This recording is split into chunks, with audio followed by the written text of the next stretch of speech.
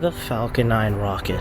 It is a powerhouse, and today we're going to be doing a how-to video on how to launch the Falcon 9.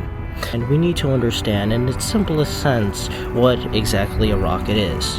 A rocket's goal is to take something into space and insert it into orbit.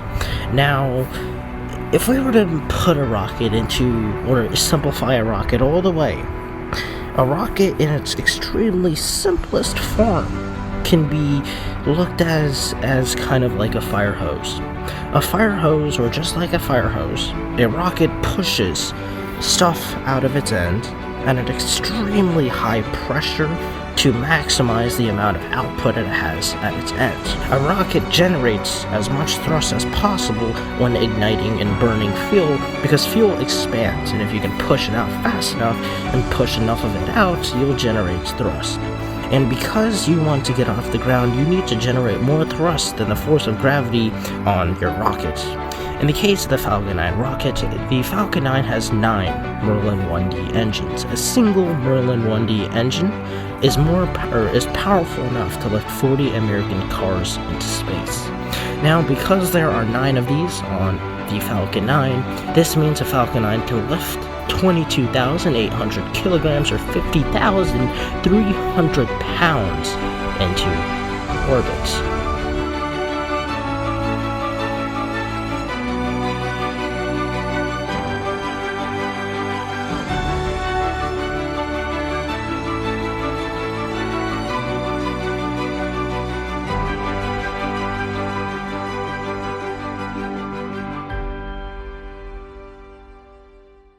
There are 2 main components to a rocket, Stage 1 and Stage 2. Stage 1 is the largest part of the rocket. Its job is to get you into space, so it does the most work. It fights the forces of gravity. Stage 2 is much smaller, and it has a wider engine bell. It is powered by a Merlin 1D MVac engine, or Merlin vacuum engine, and its engine bell is wider because it operates in the vacuum of space. And because there is no atmosphere in space, well, the engine bell needs to be wider in order to attempt to control the expansion of the plume of the rocket's exhaust in order to try to maximize the efficiency of the rockets. In Hawthorne, California is where SpaceX builds their rockets. Stage 1 and Stage 2 are both built out of aluminum. These are welded together and all of the tanks are attached to one another. On the Falcon 9 first stage, the rocket has one large LOX tank, or liquid oxygen tank, stacked on top of our RP-1, or rocket propellant 1 tank. These are the 2 tanks we need for combustion in space. Liquid oxygen so we can have combustion, and RP-1 as our fuel. This is the same with Stage 2, and as you can see here, Stage 2 is much smaller. It has the RP-1 tank and then the LOX tank on top. Once you complete the construction of your rocket, you take it out to test. Now, SpaceX tests each of the rocket boosters out in McGregor, Texas. They transport these rockets via the road. So if you're ever out in Arizona or somewhere in that area and you see a large truck carrying a super long tube that appears to be wrapped in a black fabric, that is most likely a Falcon 9 booster being shipped out to either the launch site or McGregor, Texas. Upon arrival in McGregor, Texas, SpaceX static fires these boosters, meaning they perform a test fire of the rocket booster to verify that all the engines are working perfectly and everything is nominal on the rocket. Once this is complete, the rocket is now taken to the launch site. Now, SpaceX primarily launches out from Florida.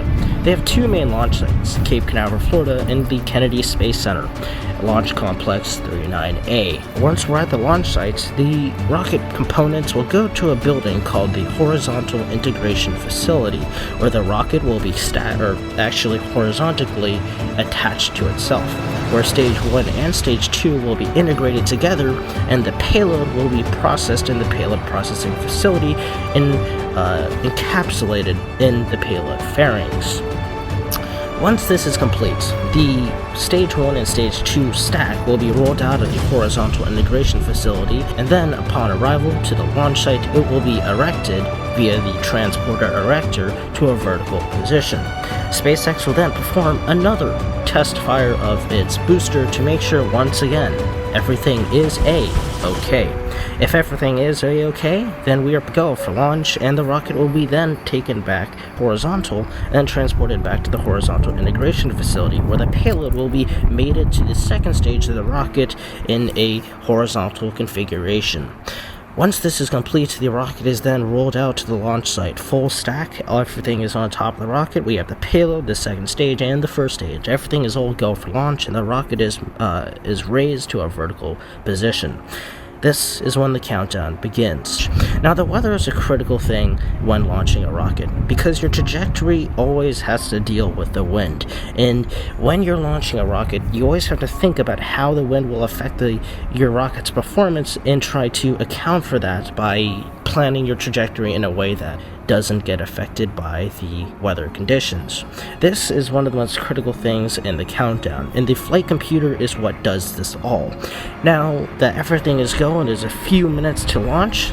The pad deluge system begins, the engines ignite, in 3, 2, 1, and we have liftoff.